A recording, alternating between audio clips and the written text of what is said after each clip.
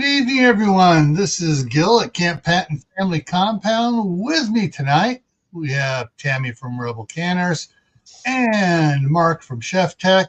It is time for the Monday Night Fireside Chat. And tonight's topic is steam canning. And here we are. And let's see who else. In the side check, got a large number of comments going on there. First one in was Crew 1351. Hey, Mr. P. Hey, Mr. P. Before CR says that this is quote, is this a steam room thing? Unquote.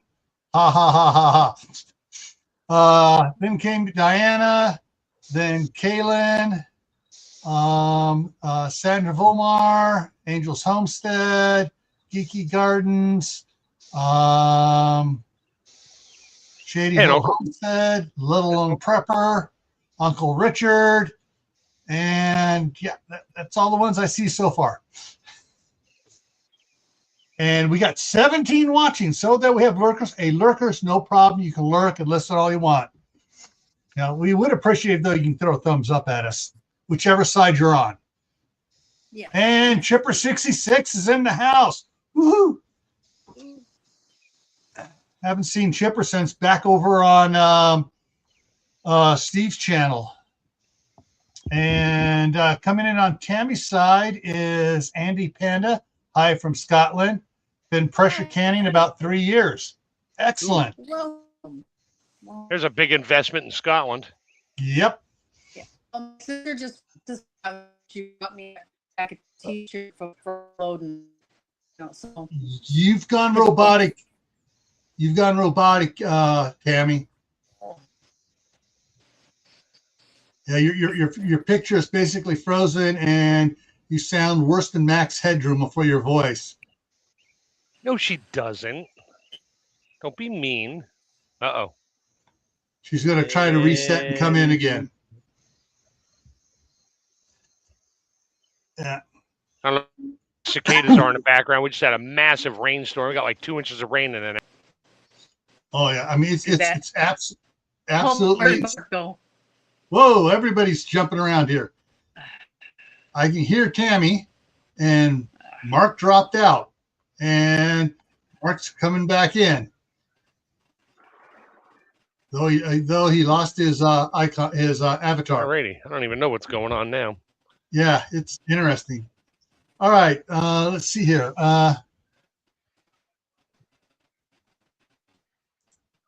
Hey, you're not the only one. I did a bunch of taco meat in lug lid jars in the pressure canner. I also did some meatballs. Because lug lids are just as good so long as they hold. And Sandra says, ooh, steam canning pickles relish for the past 2 weeks. Yeah. Kaylin's saying rain all over. Oh, it's all over the central. Yeah, central, eastern, even the Rocky Mountains, Colorado, Wyoming, Utah, New Mexico. They're all getting just absolutely drenched on. And Mark said his internet is crap, and he'll be back in a minute. Oh man, yeah, today was just the right type of day. I went outside and I was working outside, putting the grandsons to work, having them spot for me as I was doing some tractor work, rotor tilling, and moving piles around. Oh, I'm losing everybody. Internet's bad tonight. Yeah, Tammy's frozen. She's probably going to try to go back in. Uncle Ricky says, mine's good for a change so far. But yeah, I was late getting to set stuff up here. And it's okay, here comes Tammy again. Let's see, get a picture there. She is. All right, I can hear. Tammy, I can hear you. I can hear your fan going. It's not loud, it's just a lot in the background, just quiet. Okay. Maybe I'm back. Yep. Oh, and Kaylin said, plus it's Monday.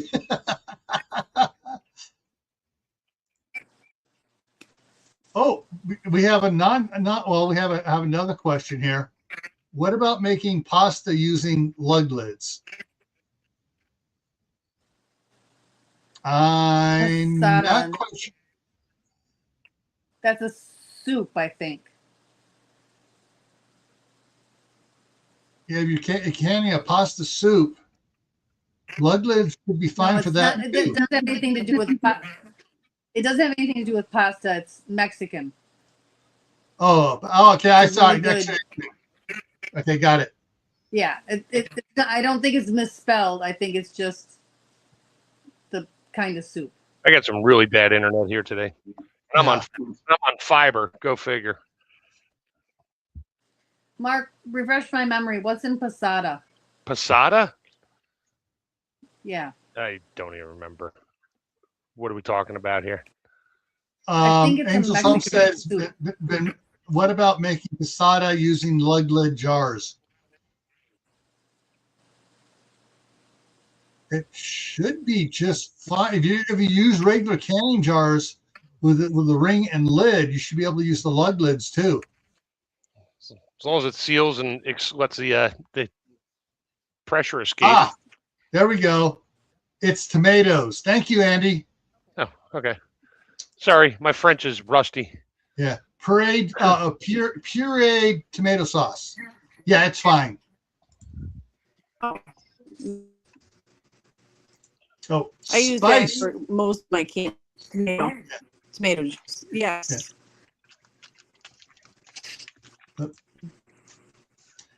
And we can either have bad lighting or bad audio. I'm going for bad lighting. Yeah. It was earlier when before we started, Tammy and I were talking just fine. It's all my fault. Yeah. Yeah. I don't know. Whatever. I mean, I got full strength on my laptop. I got my wired headphones on. But all right, I got a question here for you, Tammy. With the come up there. That's acidic enough to use in a steam canner, isn't it? With lug lids or any type of lids, right? Yeah, I can't juice my tomatoes all in. I use reusable spaghetti sauce or whatever jars I have, like lug lid ones, and I water bath can them. Steam canning and water bath canning are two sides of the same coin. I'm gonna say they're pretty much interchangeable with times, aren't they? Exact same times. Up to, and I only know because Gil said up to 45 minutes. Now, if you use your pressure canner as a steam canner, you can put more water in it because those steam canners only have about a 3-inch tray. So the water will only last for 40 minutes. So that's if the you water want you have right to there. do something, you have to water. If there's something that you would be water bathing longer, you wouldn't use a steam canner. You would use a water bath canner. Or sometimes I just use my pressure canner as a steam canner. Yeah. So for those that don't know, that we lost her. This is one of the steam canners. And let me go to the next slide. Come on, let's go. And that's looking down into the base. They pouring the water in, and they sell the whole kit, of course. But if you already have everything over on the side here, you don't need. You just need to get just the canner, and go from there. So yeah, Tammy and I were talking. Steam versus pressure water bath. It's almost the same as water bath, except you're limited using a steam canner to 45 minutes. But if you use, like Tammy was saying, a pressure canner and locking it down, but leaving the jiggler off, so it vents just like a steam, like the steam canner does, you can put more water and do it longer. Yeah, that was and so times and stuff. Those are basically the time. The time limit is the 45 minutes because that's all the water you have to do in that thing. There. So hang on a second. It's boiling off and making steam, and that steam is leaving, so you're losing water. Yeah. The other thing here, let me see if I can bring it up here. I did pull up. I was showing Tammy. We were talking about it. So let's go over here to the. So here's the. You can Google it yourself. Steam canning and water bath canning use the exact same time processes for processing time for high acid foods, pH of 4.6 or lower. In other words, tomato sauce, tomato juice. Yeah, pickles, things, anything with vinegar in it. Right. And it says 45 minutes or less because they use only about 2 quarts of water instead of 4 gallons like a water bath does. Yeah, and you can't add water to it and make the time because you'll knock the boil down and lose the steam. Exactly. So technically, you got to start all over again. Yeah. Technically. Yeah. And so basically, if the tested water here, she's trying to come back in. Let's see what happens. I got a spinning wheel down there on her. Yeah, it's showing up all the way across, so she's still not connecting totally. So if you do something takes 15 minutes to water bath, if you have a steam canner, it's better to use the steam canner because steam canner comes up to temperature a lot quicker than a water bath does. So yeah, you're only trying to heat 2 quarts instead of 4 gallons of water. So that's where the advantage. Sorry, I'm getting tongue tied here. The advantage to steam canning over water bath canning is, especially like for my wife when she does jam, she does like 6 to 8 pints of jam. It'll be a lot quicker for her to use a steam canner, which I may get for her birthday this December. Yeah, you can bring 2 quarts of water on a stove up to a boil and create steam faster than you can boil 2 gallons of water or more and keep it at a rolling boil and drop your jars in there, wait for it to come back to a boil. And steam canning, which it's weird because steam canning, you're taking your food as long as it's hot pack, you're putting it in there and you start counting it when the steam starts coming out. I guess the temperature gets up, but your food is not as hot. I don't know. It's kind of throws me off a little bit with the steam. I've never done it. I think I accidentally did it once a long time ago, not really understanding the full physics of it. I had a pot of boiling water. I put a bunch of jars of pickles we made in there and just covered it up with a lid and did it that way. But I don't remember my times or anything. And it was we didn't die. Whatever it was, it worked. And I was like, great, it worked. And that was way before that was back in 1990 with my wife when we first met. Yeah. So, if you just, if you Google it, steam canning times versus water bath canning, they'll give you all this information. And it does say here, altitude adjustments. Both methods require adding extra processing time if you live above 1,000-foot elevation. The exact same thing.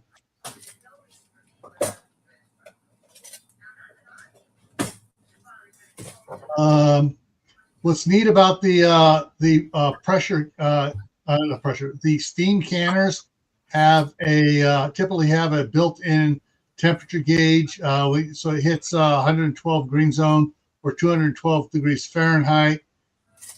So it's the which one's quicker? It's for being able to start your cook time. The steam canner is quicker reaching the cook time than the water bath is.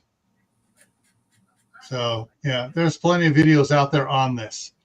Let's go over here. And what Tammy was saying a couple of years ago, it was the price topped out at $59. No matter where you were looking for a steam canner, now all of a sudden people are jacking the price up. $119. $89. Walmart's at $69. They only went up $10.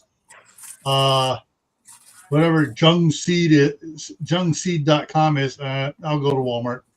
But I mean, 155 on eBay. Yeah. Yeah. Well. Yeah. And I'm sure there's similar things with your altitude, because water bathing in Denver at a mile high, water's boiling at about 180 degrees, give or take. So your times go stupid. So yeah, I don't think I'd be steam canning above about 1,500 feet. Yeah. Where my wife is right now, she's at 85 feet. Yeah. Well. Yeah. But yeah, there's some of them have the handle with the integrated temperature gauge on it. Some of them just have, like a turbo steamer has a lower handle on it, which to me, you're picking it up and it's supposed to be lightweight, but still that's a little awkward on the balancing of it. It's better to get one that picks off the top and is better balanced for it. In my personal opinion. Yeah, Tammy, what's the now that you're back, Tammy, what's the if I'm steam canning up in Denver at a mile high at 5,000 foot elevation, can I even steam can at that? Not you can, but you have to add time. Yeah, a lot of time, because you're only at 180 degrees. Yeah, the same as when you're water bath canning, you have to add time. I think you'd go beyond the time for the steam. Yeah, probably. Yeah. And it's not like you can just easily open it up and put boiling water in there. So, yeah. Now, the one I have from the early 1900s that is copper has a whistle that tells you when the water runs low so you can add more. And it has a place to add the water. So excellent. So you're basically like a funnel built in on the sides, so you pour it in, the boiling water in? Yes, and that funnel whistles if it gets empty. Yes, it's on the top, actually. Yeah. The steam. You just have to make sure you're adding boiling water. Yeah.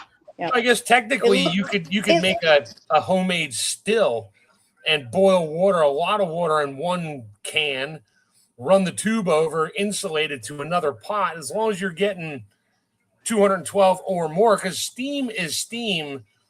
That's why you have a pressure canner. Once water hits 212 or 100 degrees C, it turns to steam. But steam, it can be superheated almost to plasma if you really want to push it. But, steam, that's like a steam locomotive. When steam generators and that blow up, it's not 212 degrees. We're talking thousands of degrees of temperature and pressure coming out. So you could probably make a steam canner if you had like a still type setup, big pot, like a pressure canner with a valve on it, run the steam over to another vessel with a lot of stuff in there. As long as you can get your temperature up in there, you just have to have a lot of water. Yeah.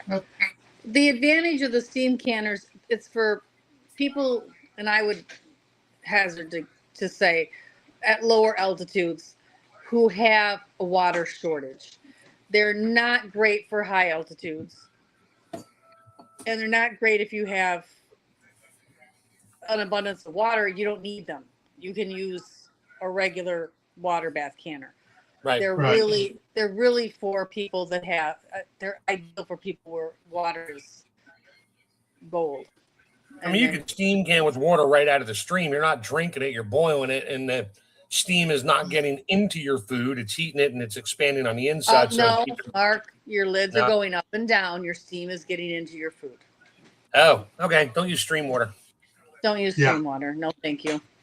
That's unless you've boiled it for 10 minutes first, at which point you've defeated the whole purpose.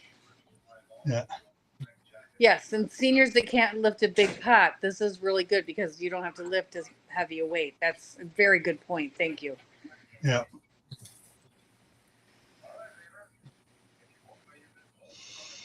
I'm not sure what Kaylin's meaning here. Does it depend on the feet of altitude? Yes. Oh, feet of altitude. The size. your altitude. People in mountains, you have to add, and it's 5 minutes for every so many degrees of altitude or feet of altitude. So the higher you go, the longer your water bath time is. So the standard books are set for like where I live. Yeah, sea level up to like 1,000 feet or 500 feet. Yeah, standard 10 pounds of pressure. So if you live below this altitude, you can actually use less time if you're at sea level.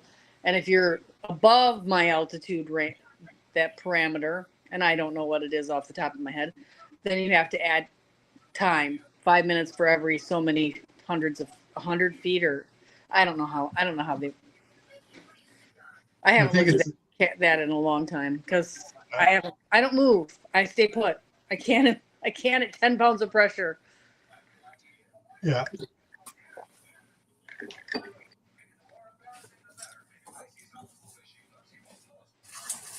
Making a joke about feet. Okay, Kaylin. But yeah, I'm seriously thinking about it because my about getting my wife one because she's down there, less than 100 feet above sea level. Oh yeah, then it'd be great. And that much water bathing versus doesn't use that much more water because when it cools down, she uses it on the garden anyways. Well, yeah. But time wise time is important to her. So if she can do it, it's a couple minutes, it's up and boiling and it hits the thing way sooner than regular water bath. Yeah, she'll be all over that. Because that means either she can do more during the day or she can get it done out of the way and get on with her other chores and stuff. Yeah. So, yeah. I may have to go look at the, what was this? What is the brand at Walmart? That's a Fruit Saver aluminum canner. It looks just like the other one. And it looks exactly. Yeah, it's aluminum instead of steel. The other ones were steel. Yeah. Yeah, aluminum one, yeah. So But the aluminum's going to be lighter weight. And it's also going to heat up quicker. Yeah. And dang. The kitchen core one, which was the one they showed. I just followed the link over to Amazon on it. They got 3 of them there. It's currently unavailable, but they got the $67.99 one available and the $76.99 with all the kits and stuff, all the things on it. These canners have went up $20+ since last year. Yeah. Since we discussed this same topic last year, they've went up at least $20. So, I mean, the time to get one, if you're going to get one, is now because they're only going up in price. Yeah. Let me pull this over here. So this is the first one I see with a good picture of the built-in temperature indicator. So that's what the built-in the built-in temperature indicator on the top there looks like there. But yeah. Yeah, and that's just to tell you when you can start your time because you don't have to open the pan to see that it's boiling. It'll show you that the temperature is now in the safe range. Right. So, yeah. And that's $67.99 on Amazon. Yep, I may be going ahead and getting one for her birthday.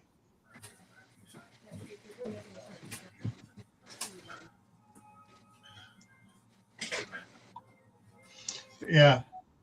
I mean, it just, steam canning, until I started I was doing some deep dive research on it and reading articles written by people that have done it, and they're talking back and forth. Most of them were talking the same thing what the AI says as far as once you have the temp, you get the temperature quicker, and it saves you time. It saves you water, saves you time, and it's I don't know. To me, it sounds like like you were saying, a real good deal for people that have a water shortage where they're at. Yeah. Of course, right now with all the friggin' rain coming down everywhere, the flooding everywhere. The videos I've been watching on the news and people posting, it's friggin' insane. Virgin Creek in southern Utah hasn't flooded since 1987, and now it flooded worse than it did back then. They're getting that much water. It came down through the town stuff. It hit St. George, Utah, took out roads. Yeah. Oh, I feel so bad for them. And everyone goes, oh yeah, they got lots of water. No. Because there are wells that are being contaminated because the water going into it. The water treatment plants are experiencing problems.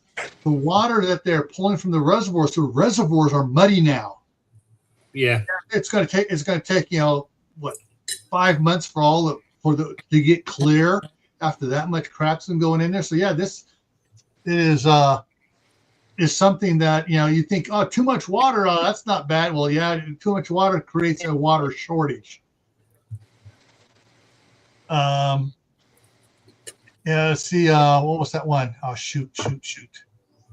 Castle Rock, Colorado got flooded out. There's a whole bunch of them. I just watching. And then Utah, in the one area of Utah where they had the big fire going down there, Beaver, the highway got washed out by Beaver.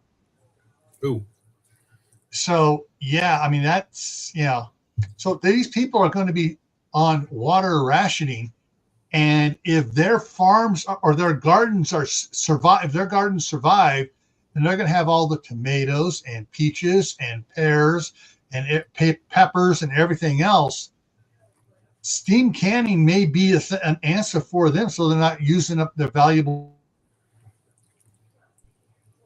drinking water. Yeah, I froze there for a second. If they're not too high in the mountains to do that. Colorado's pretty high altitude. Yeah, Colorado one was pretty high. Let me check something here. Utah quite often is high too. Parts of it.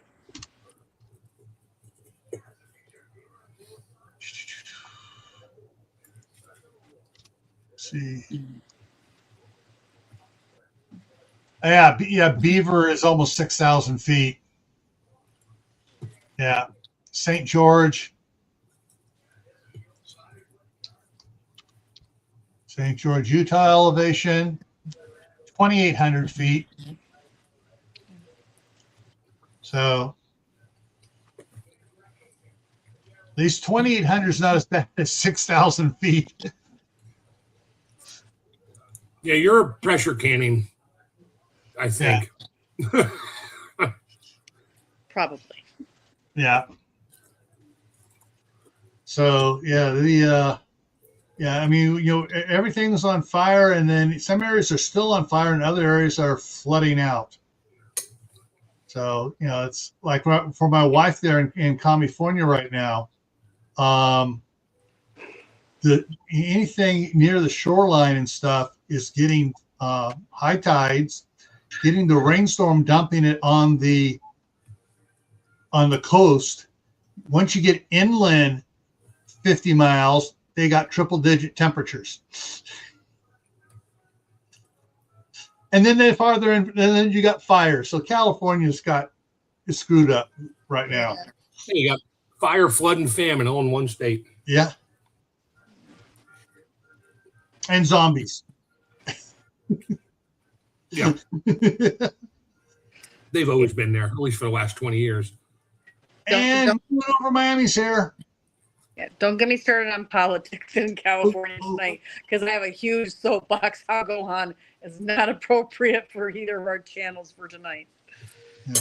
Oh, Diana's saying that Howie, Food Forest Permaculture, has been doing a lot of canning. Yeah. Yeah. And he's been getting great stuff there. I wish I could garden half as well as he does. I wish I had a tenth of his knowledge. Yeah. He's just so knowledgeable. Yeah. He's also in the perfect geographic location to do that because of the climate there. Well, yeah, but we're all dealt a climate that we're used to for years and years and years. Oh yeah. But I can't seem to make the best of mine.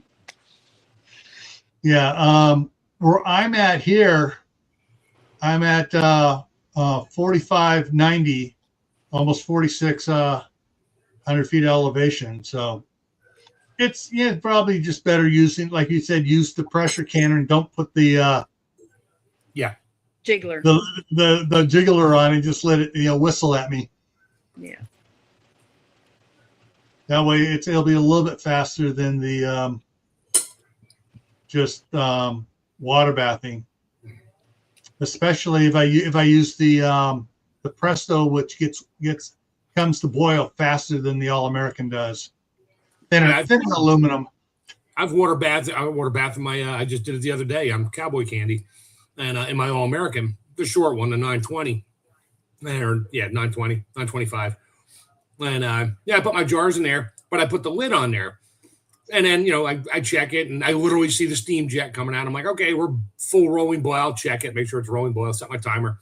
And I'll come back, because it's just boiling water. It's not going to explode. I'll walk away, and I'll come back. There'll be 2 pounds of pressure, and that lid is not locked down because the lid is so heavy. I mean, it just sits on top of it. Oh, yeah, it's just like shooting a jet of steam out. I'm like, perfect. I got 215-degree water right now. I'm good. Or steam. Yeah, so if you're at sea level or you're below 1,000 feet, steam canning is great. Above it, like Tammy says, she uses her pressure canner and just leaves the jiggler off. No. And what's needed, like my Presto here, it's got the jiggler and the gauge, so I can see on it. So, any questions about it? I think we nailed everything really quick on it. There's a full manual on how to use your pressure canner step by step as a steam canner in the files on my Facebook group, Rebel Canners. So if you want step by step how to do it step by step, there is a manual on how to do that in the files. Okay.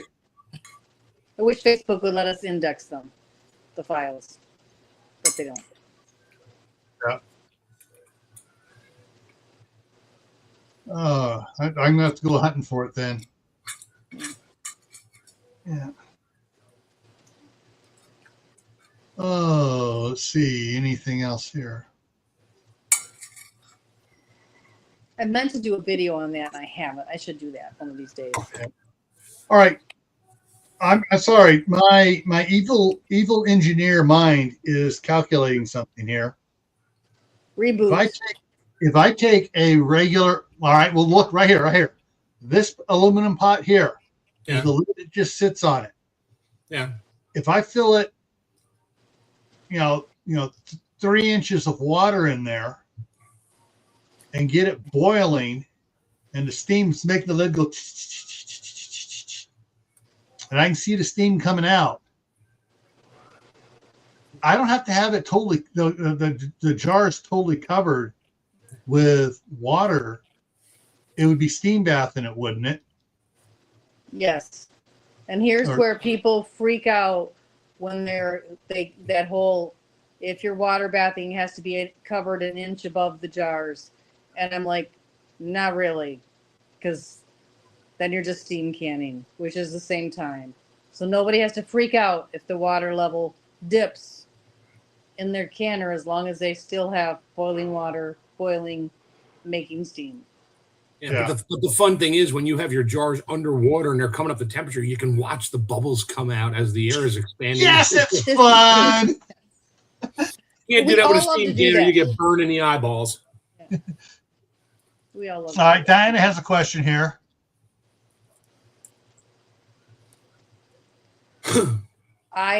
It is perfectly acceptable to can juice. Even the powers that be, the alphabet soup organizations say that it is perfectly acceptable to can juice in gallons in your canner. So yes, I have gallon jars. I have half-gallon jars. I do use them for things. Yeah, we got a boatload. We got a boatload of half-gallon jars we got from my mom that we water bath pears in. Yeah. I did elderberry juice. That lasted for like 10 years for the last one we opened up, and it was still good. When big families went out of style, they took those jar size times out of the manual. They have done no new testing from when it was in there to now. So if they didn't test it, then to say it's wrong, I'm saying it's still good to do. And they themselves say you can do juice in gallons, in half gallons.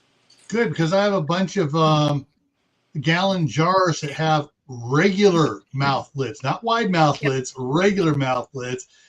And I no longer have the ones that had, but we had some back in the 60s that had bigger than wide mouth lids on gallon jars. Mm-hmm.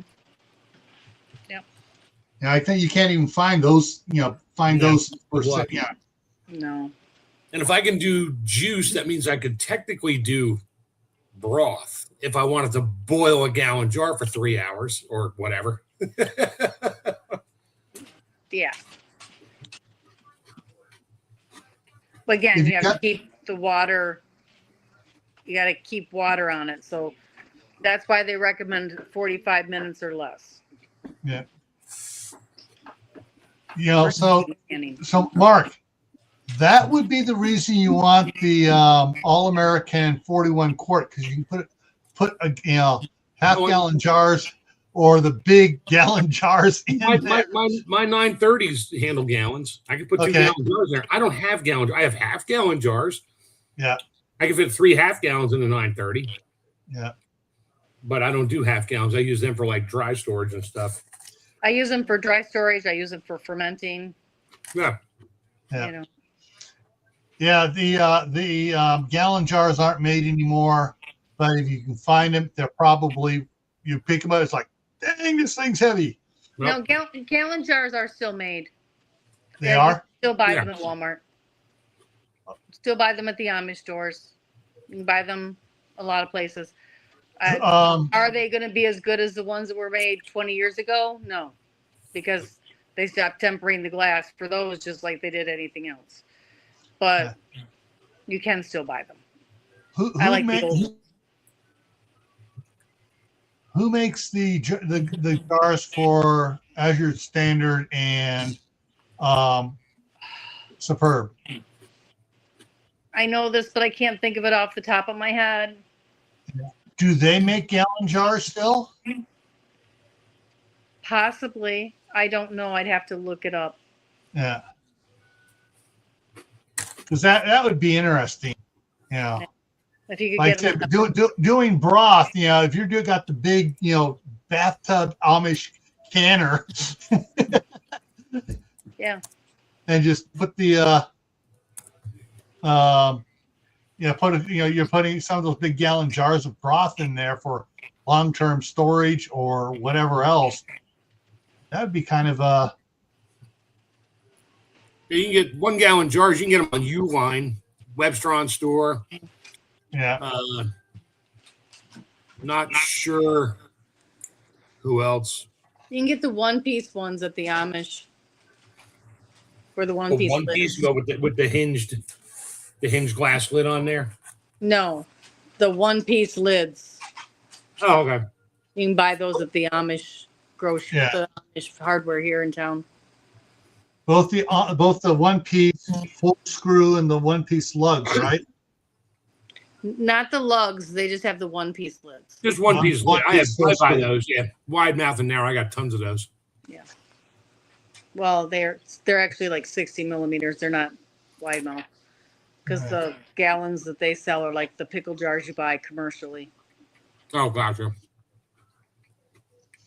Only they have one-piece lids, not the like Vlasic has the lug lids.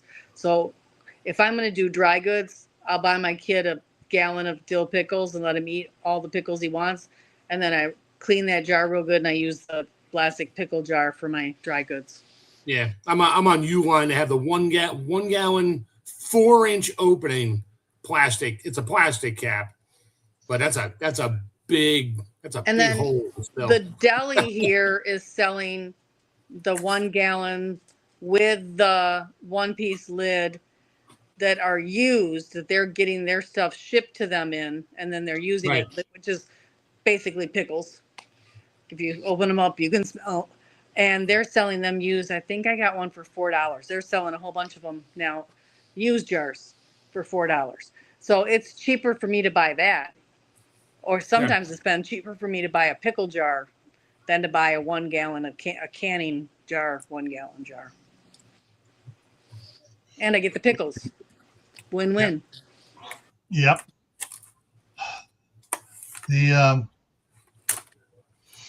I've never been a fan of pickles because when I was a kid, the only pickles my parents or my grandmother or my aunt and uncles got were dill pickles. So it's like, oh, yeah, chew on one of these. Yeah. See, my kids, all of my kids, every one of them would rather have like a dill pickle for a snack than sweets. So I always kept a jar of dill pickles. Knew they could go to the refrigerator. They could have one anytime. And Mom would just buy another jar of them because she wanted the jars. Yeah. It's like, the relish we had, which went on my bologna sandwiches, my ham sandwiches, turkey sandwich. Every sandwich I made practically had relish on it. Mm-hmm. Was sweet relish. Yeah. Not dill relish. Yeah. And it's like, so, I know, it's just, I know I'm weird. I'm a gherkin fan. Love me. My wife will buy me 2 jars of gherkins every Christmas.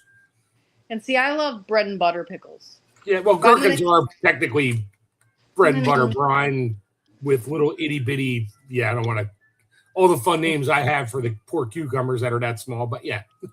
Yeah, I mean, they're not bad. We always use those like Christmas time on the relish tray, but I really like the bread and butter. I like the spear. I'm lazy.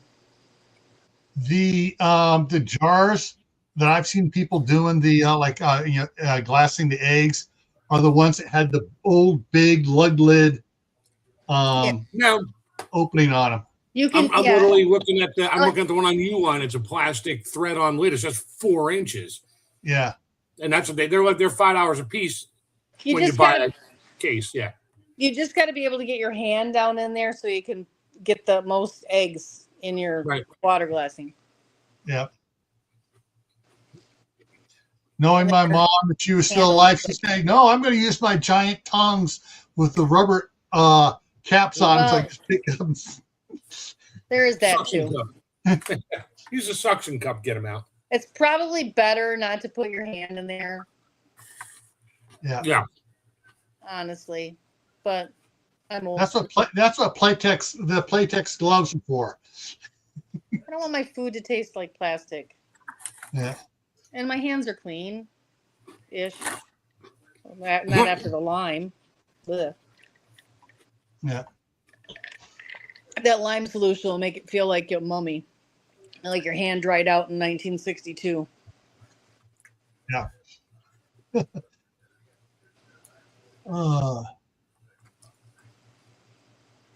Let's see. I think we covered everything good. Any other questions, folks? When people thinking of questions, if you have any topics you'd like to see us address here, either email Tammy at rebelcanners@gmail.com or email me at Camppatton Family Compound, one word, at gmail.com. No dots, just one long word. And for Now, future reference, I did my half bushel of jalapenos. I literally had, and I weigh them out after I slice them up. I weigh it and whatever my I think it was 60 ounces to do a double batch. I got exactly 20 pints, reasonably packed, with 5 peppers left over of cowboy candy. Nice. That's not counting the ones you accidentally ate along the way. No, I think I ate like 2 after they came out. Before, when I was jarring them up, if one fell on the counter, which I only dropped like 1 or 2 rings, it went right in the mouth. You'll be very proud of me. I have 2 hot red peppers drying out on my dash right now in my car. There you go. Cool. I do want to say I'm not going live this week, but I am doing a new series that's for members only. And if you've ever wanted to start a side business where you have a booth of antiques that you're selling, I am going to do a whole series on how to do that in the most frugal way. So the first video is up. It's actually number 3 in the series, but it happened to be convenient to film it and put it up now. So the first video is up for that series. Dave just came in on your side. I had to water before I did this. My hazelnuts are looking a little wilty, and my elderberry that I planted this year are just not doing great yet. I'm hoping that we get a nice wet fall. Yep. Yeah, when do elderberries get their flowers and berries? Usually in like June, July, right?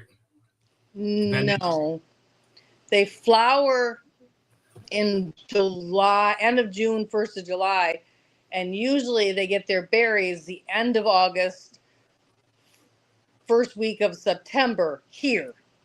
Right. They're dropping the berries right now. I need to be out picking elderberries right now.